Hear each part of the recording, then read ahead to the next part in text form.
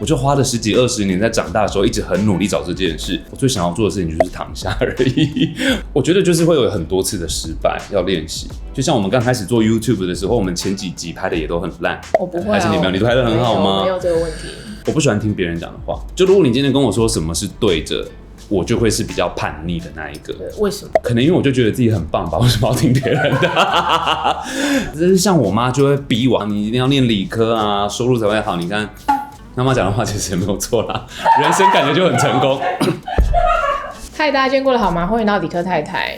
SoX 今天是来拯救我厨艺的吗？Hello， 大家好，我是索莱克。会邀请你的原因是外形吧，主要是外形的考量。好，难道你都不在乎外表吗？以前比较在乎，我觉得年纪越长，对于外表的想要去意淫或者是那种欲望，真的都下降很多了。为什么？20几岁的时候，有出来这个世界跟江湖上闯荡过一轮，觉得自己已经看得够多了，找到自己真正想要什么了吗？哦，对，我觉得大家都在说你要去寻找自己，找到自己的梦想，找到自己想要做的事情。我就花了10几20年，在长大的时候一直很努力找这件事，找到最后我发现，我最想要做的事情就是躺下而已。我其实不是一个很有远大抱负或理想或梦想的人。那也很好哎。如果你一直都没有发现你是这样子，你就会觉得为什么我做什么事情都没有动力。对，你要找出来自己没有动力的原因。对，我现在非常认真在，也没有那么认真啦，就是还有在工作的原因，就是我希望我退休之后可以做自己想做的事，打电动、废养植物、做菜，就这样而已。其实这样还算蛮负责任的，因为你没有想说你要靠别人，或者是你就是躺下让别人养。因为没有别人可以靠啊。如果有别人可以靠，为什么要靠自己？可是有些人就算没有别人可以靠，他就会去设法找出人家可以靠啊。要负责任，我觉得我是一个蛮负责任的人。我有发现，因为你虽然在你的影片里面说自己什么有多废，而且还自己废就算了，还要取自己粉丝什么废宝，这不是一种跟大家互动的方式吗？不然你叫你的粉丝叫什么？粉丝。你就是没有想跟粉丝互动啊？你是一个蛮负责的人啦，没有这么好吧？废归废，但是还蛮负责。就是小时候被教说要找到自己的志向，这某方面来讲很重要，可是你找完发现没有，也蛮重要的，你就不会一辈子好像对啊，一直在一个死胡同里面绕。但是我觉得另外第二点，它很好的地方就是废归废，蛮有责任感。像我有一个好朋友，他叫做大力，他是一个漫画家，他也是很迷恋我吗？没有，真的没有。但他就是废，但是他也是算是有责任感的，就是他会一直跟我说啊，怎么办？我要交稿了，来不及了，然后他就乱画一个，但是他还是把那个画交上去。你觉得他有想要被人家说他在乱画吗？你这样子，他应该不介意吧？因为看那个很明显就是在乱画，我可以把。但我有时候也会乱煮啦，其实没有，我都会先测试过，再怎么堕落，接受度这个菜是不是真的煮得出来？因为有时候如果很久没做这个菜的话，我还是会有点唰的，因为我希望在荧幕面前展现出来的是我是一个行云流水、做菜很帅的主厨，这样，所以就还是得做好这个功课。那我问你，食谱的真实性到底到哪里？今天随便 Google 一个什么很难的，我想一下很难的什么蚂蚁上树。蚂蚁上树很难吗？一般般难，但我觉得食谱很难这么精准的被通用。有一个主要的原因是因为食材这个东西算是活的，就是你不可能一颗苹果，它可能有150克、200克到300克都有，所以他会说苹果几克啊？可是如果你所有的东西都用克数来算的话，其实对一般大众来说都太麻烦了。会吗？因为我都觉得不会吗？因为我就觉得好，食谱这种些许是多少？些许就是你可以看感觉，你可以先下一部分，然后试吃一下，没有感觉。觉得我每次照食谱，我真的很认真，一步一步照食谱做，但是做出来颜色不对，味道不对。我觉得就是会有很多次的失败要练习，就像我们刚开始做 YouTube 的时候，我们前几集拍的也都很烂。我不会还是你没有？你都拍的很好吗？没有这个问题。好啦，就是要练习一下，你要从失败当中，像我一开始做的时候，我就会前几次我会100%按照食谱，但是我哪边做的不一样，或成果哪边我不喜欢，比如说这个太焦了，那我下次就知道火力要减短，我就会记录下来。我以前都会把它放在 Dropbox 上面，就是每一个一个记录下来。那时候你有想要立志往厨师那条路走？我超没有的啊，我其实根本没有在规划我的人生。我觉得我是一个蛮幸运的人。可是你知道吗？一般不太会规划人的人，他们也不会为食谱做笔记啊，那是要因为我那时候在烹饪教室工作啊，对，然后我以前也是个控制狂。以前你确定现在不是吗？我现在应该还好吧？没人要帮我说话吗？前面蛮安静的。现在真的没有，现在没有力气管那么多啦。以前会比较有精力去在意这个世界，你身边的人发生了什么事，但是现在就会觉得天哪，我光自己休息、打电动、发呆的时间都不够了，我真的是没有想再管这个世界发生什么。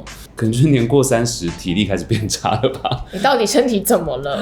就是很容易累啊，你们都不会吗？我好像还好你好像你是不是没有在运动？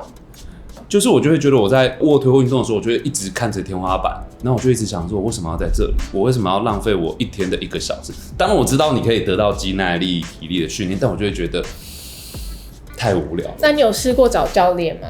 我都有找教练，然后教练讲话都不好笑啊。因为你们在运动啊。不行，就是像我做菜的时候，我在想的都会是怎么样让大家喜欢做菜这件事。就是那个气氛跟节奏的掌控对我来说是很重要，让大家是享受这个过程，他才有可能把菜做出来。所以我就用同样的心态去期待健身教练在可以旁边讲笑话啊。你虽然说你自己废归废，但你对生活的要求还蛮高的。对附近的人，连健身教练你都要求人家要好笑，你会不会？我刚以为你在夸奖我很有生活质感。没有，你有发现自己其实要求蛮高的吗？我没有，我真的没有。像我也不会去要求他我就是不去健身房而已。我也不会真的逼教练说，教练讲个笑话来听吧。我觉得你感觉是一个抗压性很高的人。怎么说？我不太确定这个。我其实连抗压性是怎么定义我都不太确定。就是有事情来的时候，突然一个突发事件好了，你会突然觉得好吧，那我们就处理一下它，还是怎么办？有这个事情了，然后就会开始先焦虑，再来不知所措，然后之后才有办法停下来，最后才面对。我觉得一定会有多少程度的不爽或焦虑，不管是工作或生活，但因为我真的很怕麻烦，所以我就会想要把所有的事情都服服帖帖，赶快把它处理完。因为如果没有处理完，就接下来会一直麻烦到我，就会更不爽。所以你会去把事情处理得服服帖帖，你根本就是在假装你废的嘛，是不是？不是，你只是懒而已。我觉得你不是废。我觉得我的废是想要废得很聪明。就是你不可能活下来，当然就躺着像一条蚕宝宝一样不做，什么都不做就可以过活。你就是还是得玩这个社会的游戏，你得出去工作，你得出去跟人家人际关系干嘛？但我会希望做这些事情的时候是很聪明跟很有效率的，不要浪费时间花在刀口上。对，我会希望工作可以用越少的时间，越有效率完成越好，这样。读书以前也是吗？我读书，我超不会念书的。我喜欢看书这件事，但我不喜欢听别人讲的话。就如果你今天跟我说什么是对的，我就会是比较叛逆的那一个。为什么？可能因为我就觉得自己很棒吧，为什么要听别人的？你小时候是个很听话的人吗？我超听话你看你就是比较无聊啊。你跟我说什么，我就会说好。有人比赞，很希望来宾可以 diss 太太，是不是？自己的妈妈都会觉得自己的小孩叛逆吧。那一定的啊。你只要不受他的管理，他就觉得你叛逆。我妈说她要退休是什么？她不会写这2个字，她不会写。那你就教他写啊。你就拿着他的手，妈。一笔一竖一画，退休，一个字刻出来，带他去刺青，刺在额头上。所以你妈是一个很爱控制你的人吗？他只要眼睛看到我，他就是在念，就是我都已经反抗到，就是你能不能跟我聊一些别的？你不要永远只是跟我聊工作怎么样，要不要买房子，什么时候要有自己的家庭？我也是还很生气，跟我妈说，难道你真的不想再认识我多一点吗？你怎么永远就只问这几题？好深层的对话，可是就我是认真的。那你有花时间真的去认识你妈吗？其实我觉得跟她斗嘴也是某一种和解的乐趣。我妈是那种不服老不认输，那她开车基本上是非常有问题的。她说我拿到驾照的时候，你还不知道在哪里嘞。她在全台北市那个车道是数1数2宽的，然后她就会可以把她整台车都撞烂，然后就说。我就觉得开车的时候，那个柱子有在移动。之前上个礼拜我去的时候，她没有在那边。以前小时候我就是给妈妈载，然后就会觉得很安心。现在已经没有这种安心感了。没有，现在都是抱着这就是最后1里路的这种开法。角色的转换变成现在我有一点要照顾她，然后甚至连她的心理需求都要一起照顾进去，就要假装是我爱开车，我来开这样子。那你觉得他有慢慢的愿意被照顾吗？慢慢，真的很缓慢的，但是我觉得我有看到在前进。所以他是不会说出什么我老了以后要靠你这种话。他说我老了之后什么人都不用靠，什么人都不需要。瑞琼，你有看到了吗？希望妈妈以理科妈妈为榜样。开玩笑的，妈，我会照顾你的。爸，我很少真的自己去想要做什么工作。YouTube 可能是我这辈子真的唯一觉得好，我下定决心我要做这件事，我要同时经营另外一个跑道这样子。其他像刚踏出社会的时候去烹饪教室工作，也都是一连串的巧合。怎么说，是有人介绍你去的吗？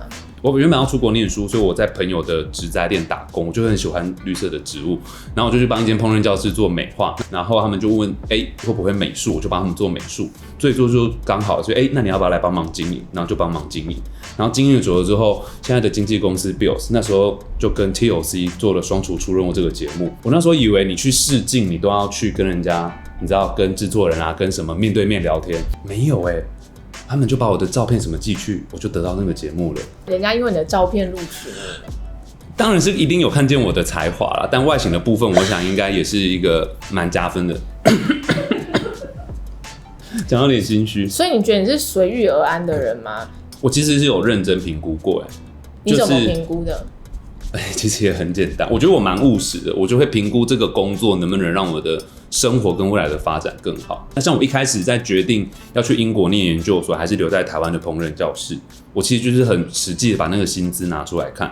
我如果念完硕士回来，我可能都赚不到这个钱。以更长久来看，为什么要这么做？开始在做电视节目，最主要的是我未来的人生的目标，真的就是有一个好好的地方可以让我退休。我很想要成立一个养老社区。目前的工作可以让更多人看见，我未来在做自己的事业或什么的时候会比较轻松，所以我就决定做这件事情。常常有人会问我说：“你觉得我大学要选什么系？我接下来工作，我现在该选择留在这边还是跳槽去其他地方？”大部分会问的人都是想比较多的人，所以他们会列出来很多ABCDE 的各种因素。可是像你的话，就是我找到我最注重的，其实就是钱的多少，未来发展性。其实未来发展性可能也讲不到那么准，但是对啊，谁知道未来会发生什么事？但是我觉得，当你评估只有一个重点的时候，那就很好做决定了。对，我蛮知道我要什么的，就像小时候那种国中的时候要选组嘛，我就知道我对理科真的很没有兴趣，我就是文组的料，看得出来吧？饱读诗书啦，就是我喜欢。对啊，就是每个人其实你多多少少会知道自己想要的，但是像我妈就会逼我，他们就会说自然组才有出路啊，你一定要念理科啊，收入才会好。你看妈妈讲的话其实也没有错啦，人生感觉就很成功。但你有想要自己开餐厅吗？没有，开餐厅好累哦，我每天一定要睡到个10点11点才有办法起床。那你就开只有晚上开门的餐厅啊，像 Gordon Ramsay 啊，他不是也开了很多他名字的餐厅啊？可能他们真的对料理很有热情吧。就是我觉得在餐厅做菜真的要有很大的热情，那已经不只是成就或者是金钱驱使他们做这件事，光管理我都觉得好累。你不是曾经要去读资管吗？对，后来没有。你这种就是很知道自己喜欢什么，不想做什么。虽然说我觉得你会说自己怎么很废或很懒或什么，但是我觉得这个是做事情有效率。所以我希望可以向你们学习，或者是其他有在看的人，如果你都觉得你很有可能已经偏过劳了。因为现在的这个工作的设定是远超过你身体正常能负荷。现在的人标准，你如果拿去跟200年前的人比起来，人家会觉得哇，你是什么超人嘛？为什么可以做这些东西？说不定你这样子的生活的节奏才是对的。我觉得我现在的模式我蛮喜欢，但我还想要更轻松一点。我不知道是不是因为我青春期的时候，高中、大学那一段时间，其实我很常跟自己对话。我觉得那个时候的我是很忧郁的，不知道怎么跟自己对话。认真，我就是会一直问自己问题啊。我以为大家青春期都有经历过这个阶段。我青春期的时候就是启蒙我的独立电影啊、小说作品等等的，然后音乐什么的。但那些作品就是会一直告诉我，我一直在跟自己对话。我是谁？我为什么要做这些事情？我为什么喜欢这个？我为什么要来上这个人的节目？我为什么要讨厌我爸妈？我为什么喜欢我爸妈？我其实问了自己很多问题，也有可能是那时候就把我的力气都用完了，所以我现在就会觉得问到后面其实好像也没有一个真的答案，但我觉得我有一个反思的过程过了。我原来我就是缺少这个，我一直以为这边就是我要去的地方，我现在过去了，好，我要过去了。到之后没有地方去的时候，我才开始觉得，那我要干嘛？我要去哪里？我是谁？我在做什么？所以其实人的一辈子很有可能，你其实吃到得面对这个坎，对不对？对，你必须先整理过自己。我现在就是练习，我要休息，休息再休息。因为我连坐在那边不动的时候，我头脑都在动。我现在已经学会把它关掉了。我只是在想，我没想到这个问题这么严重那我搞不好是很幸运，我能够自己消化完。那是很厉害，我觉得头脑要很清楚，才会问我为什么要在这里要做这件事情，我为什么喜欢这个，我为什么不喜欢这个。了解自己是非常重要的。那你在人生转大人的青少年期就已经这么会整理自己了，你这项技能，我把它讲技能，因为我觉得它是一个对我来讲是后天要习得的能力。也不知道可以问自己，你现在在做的这件事情是不是背叛自己？因为做自己不相信、不喜欢的事情，我觉得都算是有点在背叛自己。对，这我非常认为，我真的完全，当然为了工作一定多多少少难免。为了钱，你就是在交换。你有考量过的话，对。现在聊一聊，我猜会不会是因为我真的蛮能平衡我工作跟生活的？当然，因为我的工作跟生活都是做菜，有的时候真的会让我职业倦怠啦。如果硬要讲自己不开心的是，因为工作在做菜，生活在做菜。但是因为那你就叫外送嘛。我超常叫的啊，就是我不想煮的时候，我也不会煮。媒体问我说你在家里常做菜吗？我也会说心情好的时候才会煮。但我想说的是，就是因为我真的很喜欢，不管是跟自己另外一半或是好朋友、家人，在家里简单的一起做菜，然后。我其实都是约那种下午2、3点来，然后一路吃到半夜12点这种，你知道欧洲行程。血管还健康吗？有没有觉得硬硬的？就是好像真的是要运动一下我觉得我蛮能享受生活的耶，我都觉得我不工作的时候，我还是有很多事可以忙。那你在没有工作的时候，比如说你真的2点吃到12点，我会有一点罪恶感。你先从周末开始练习，周末练习完就可以挑战周间这么做。哇，周间那个罪恶感啊，我跟你说，有时候那个罪恶感才是快乐的来源。你要把它转换成就是英文叫什么 guilty pleasure， 就是这种算听送的吗？好可怕的人，就是你要觉得我值得拥有这个罪恶感，你知道吗？我平常这么工作认真，我平常可是我现在觉得我工作也没有很认真啊。你每个礼拜有周更影片不是吗？有啊。我觉得这已经超辛苦的。我觉得周更影片这件事对我来说已经是一个很辛苦的是他们，我只是坐在这边讲一讲。但这也是大家一起策划出来的啊。我以前是我经纪人会跟我说，不好意思，你 IG 跟 Facebook 已经1个月没有更新了。我是这么废的，好不小心哦，好不小心就是真的没有什么灵感，不知道要更新什么。但我觉得这样蛮好的，学习怎么放过自己。我觉得对，真的是要学习放过自己。如果是你真的就是上班族，然后上班的时候如果耍废，又会被说是什么薪水小偷，那怎么办呢？难道就是大家都死直吗？不管是工作或生活，每个人都不要在意别人的眼光这件事，讲对自己负责就好，但又真的很难。对，因为像我觉得这是整体的价值观，会需要可能1、2代的时间慢慢去改掉。我觉得我们已经在发生了，其实。因为上一代都会说，你们怎么这样？我妈讲最可怕的话是，她连续工作了几10年，从来没有放过1天假。然后他就会觉得我抗压性低，他们就会觉得一代不如一代。可是我觉得不是，是一代跟另外一代的价值观不一样，追求的那个自己对生活的要求也不一样。老一辈的会觉得你很奇怪，可是因为我实在有点被我妈洗脑太成功，她只要觉得我很奇怪，我就会觉得我自己不对。我妈妈只要觉得我很奇怪，我就觉得我在对的道路上，我就是那个逆子。我觉得我要跟你多学习。好了，下礼拜我们就先约家里吃饭喝酒了。好，我们不是，我以为这一集是要聊长大，结果变成两代亲子关系。现在就是长大，长大了不就是要照顾吗？妈妈也要放过自己。我觉得很多妈妈真的是有了小孩之后，给自己的那种压力之大。我觉得这很难，荷尔蒙作祟，那个没办法，对不对？那就只能让他过去，就只能就是继续这种疯狂的爱自己小孩。要个1-2年吧。大家都会叫我放过我儿子，放过我儿子，因为他是一个很独立的小孩，然后我就会过去又抱又亲，又抱又亲。我现在开始觉得可能对他来讲是一个负担了，是吧？我现在就要慢慢学着放手，然后就很羡慕那个朋友的儿子，很黏我的朋友，我都会说有什么秘方？你怎么做的？他说没有啊，他就是这样子啊，然后现在就会羡慕。就为什么带小孩是觉得是长大？通常负责跟钱有关，成人的世界。那我的长大好像也是有点像我是出了社会第一份工作，我开始有自己的收入的那一刻，我就觉得跟以前有点不太一样了。因为你可以自己去主导自己赚到的钱可以花在什么地方。对，我可以花超多钱拿来买电动玩具跟游戏的，我就觉得我自己长大了。我从小就很希望我赶快独立就是我小时候一直有想要摆脱爸爸妈妈的控制。小时候把我关在笼子里，到底妈妈怎么养我们？弟弟啊，吃饭了，当狗没有？我爸爸妈妈非常爱我，握手。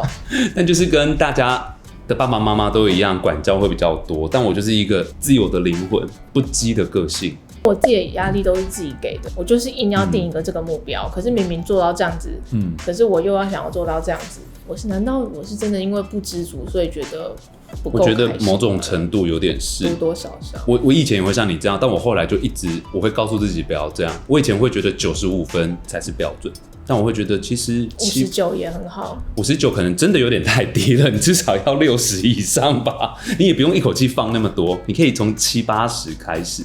我以前很常做一件事情，比如说要逼自己的时候，我就会给自己定一个目标，我就会说我一定要达成这样子，我今天才算结束。我后来就是觉得这个习惯真的是要改掉。好，那我现在就会练习，开始从礼拜3下午3点的时候开一瓶红酒来开始，就是对自己的罪恶感减免。对，不一定是酒啦。如果你喜欢喝酒就开酒，但如果你喜欢做别的事，躺在那，你没办法，你还是找点事做好了。种植物啊，我妈很喜欢植物啦，说不定我唯一叛逆的点就是她喜欢我，觉得还好。因为我觉得种植物要干嘛，她不会动。我妈是控制狂，说不定控制狂就是喜欢控制那些不会动的。所以就是种你的毛骨悚然的一段发言呢。种植物啊，你就是把它插在那，它就是连风吹它都是在那。但我种的时候是我学到一件很重要的事，我学会放手。真的。为什么？你有的时候你再怎么样照顾它，你给它再多的爱，它有时候就是会死。它真的就是会死。有一盆植物，你可能已经养过好多年了，它有时候心情不好，就是直接在你面前居给你看。希望其他跟我一样有一点生活的小乐趣，就会觉得很 guilty 的人，先从了解自己为什么会这样想开始吧，然后慢慢的练习自己喜欢什么，为什么喜欢，为什么不喜欢这个东西。我觉得是从这些小东西细微的问自己问题，你刚刚讲的自省，你的人的生活就会慢慢的改变了。然后培养多一点生活兴趣，真的会让自己的生活的压力这些得到一个比较好的抒发。就像我就知道煮饭算了，吃别人煮的就好了。对，这其实我也是一直有这个哲学，我一直在推广这件事。你知道谁做的菜最好吃吗？别人的。你好，为什么？总不可能是我。那今天就这样啦。如果你喜欢我的影片的话，请帮我在留言分享。如果还没订阅的话，请帮我订阅一下。谢谢收看，我们下次见，拜拜。